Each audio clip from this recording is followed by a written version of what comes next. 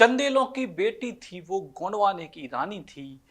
चंडी थी, रणचंडी थी, दुर्गावती भवानी थी। जी हाँ, चंदेलों की बेटी और गोंडवाना साम्राज्य की रानी चंडी रणचंडी हती और वे हती दुर्गावती, जिनको भवानी को अवतार कहो जातो।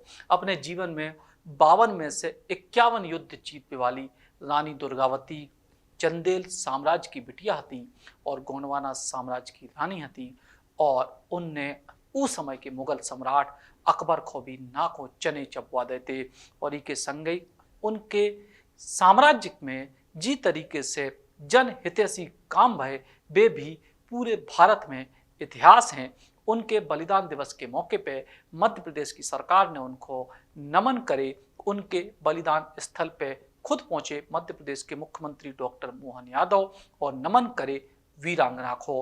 अब हम आपको बता रहे हैं वह कहानी जो एक चंदेलों की बिटिया को गोंडवाना साम्राज्य की रानी के तौर पे पूरे भारत में नाम दे गई और प्रसिद्धि दे गई।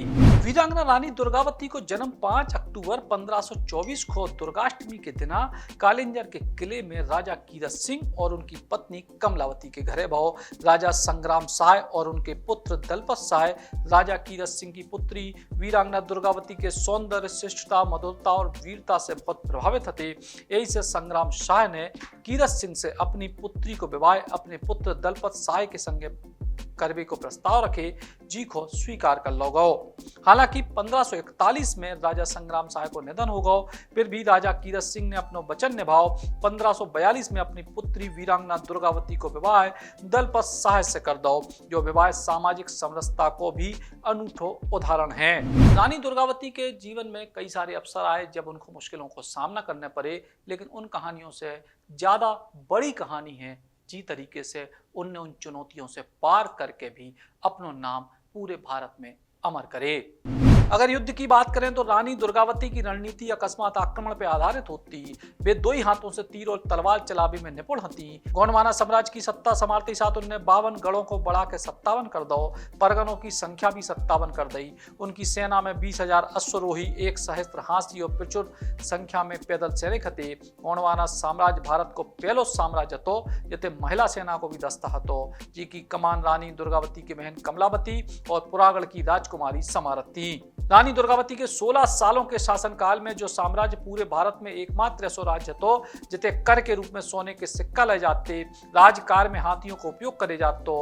रानी दुर्गावती के शौर्य, पराक्रम, प्रबंधन और देशभक्ति के सामने कई सारी दूसरी कहानियां फीकी हैं। इनके संग उन्होंने नारी सशक्तिकरण की दिशा में भी अनूठे प्रयास करे। उनने गढ़ा में पचमठा में स्त्रियों के लाने पहलो गुरुकुल स्थापित करे, जिसमें स्वामी विठलनाथ ने स्त्रियों को शिक्षा प्रदान करी। भेड़ाघाट में स्थित कलचुरी कालीन तांत्रिक विश्वविद्यालय गोलकी मठ को जीर्णोद्धार भी उनके कार्यकाल में भव, जिते संस्कृत, प्राकृत और पाली भाषा में शिक्षा प्राप्त होते। इनके संग रानी दुर्गावती ने जल संरचना और जल संरक्षण को लेकर भी ऐतिहासिक काम करे। अकबर की सेना ने रानी दुर्गावती पे 3 बार आक्रमण करे, लेकिन रानी ने 3 ही बार उनको पराजित करे। एक महिला शासक से इतनी बार हारने के बाद असफ खान गुस्सा से भर गए। 1564 में उन्हें एक बार फिर से रानी के राज्य पे आक्रमण करे। छल कपट को सहारा लेते हुए सिंगारगढ़ को चारों तरफ से घेर लो, युद्ध में बड़ी तोपों का इस्तेमाल करे।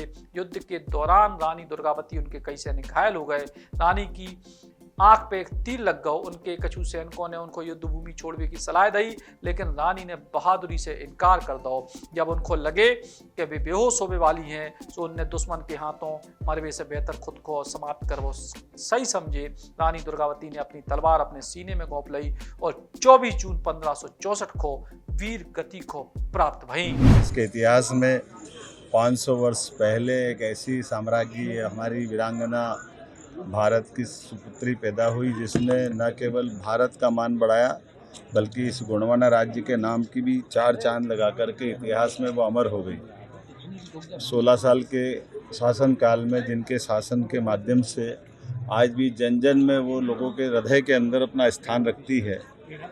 न केवल मैदान में, युद्ध के मैदान में दुश्मनों के दांत इकट्ठे करती, बल्कि सुशासन की उत्कृष्ट मिसाल देती है। जिनकी रचनाएं आधार ताल, संग्राम सहताल, ऐसे कई रचनाएं आज भी विश्व के लिए लोगों के खोज का विषय है। पानी के संधारण की, संचालन की और सुव्यवस्थित स्थापन की ये उत्कृष्ट रचना है। मैं ऐसी रानी के बलिदान दिवस पर आ जाकर धन्य हूँ। उनके स्वयं के समाधि स्थल पर, यहाँ उनके बेटे वीर नारायण के समाधि स्थल पर मैंने नमन किया है। यहाँ के बाद जबलपुर में एक अलग से कार्यक्रम भी रखा गया है जिसमें हम उनको, उनके उस राज्य की, उस शासनकाल की व्यवस्थाओं का स्मरण करेंगे।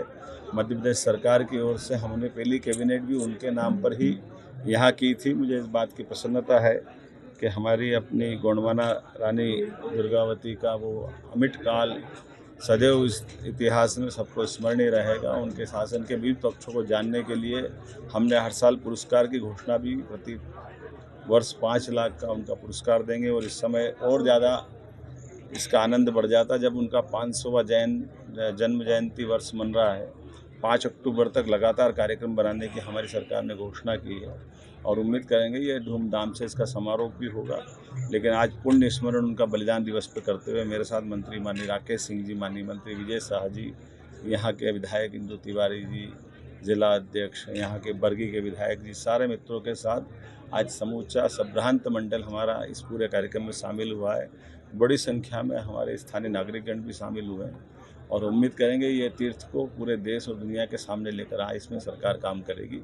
मेरी अपनी ओर से पुनः आदरांजलि रानी दुर्गावती जी के बलिदान दिवस। स्मारक के मध्य प्रदेश की सरकार ने आज रानी दुर्गावती की शहादत को, उनके बलिदान को याद करे और हम सब भी आज याद कर रहे हैं बुंदेलखंड की बिटिया और गोंडवाना साम्राज्य की रानी दुर्गावती को उनके अमर बलिदान के मौके पे।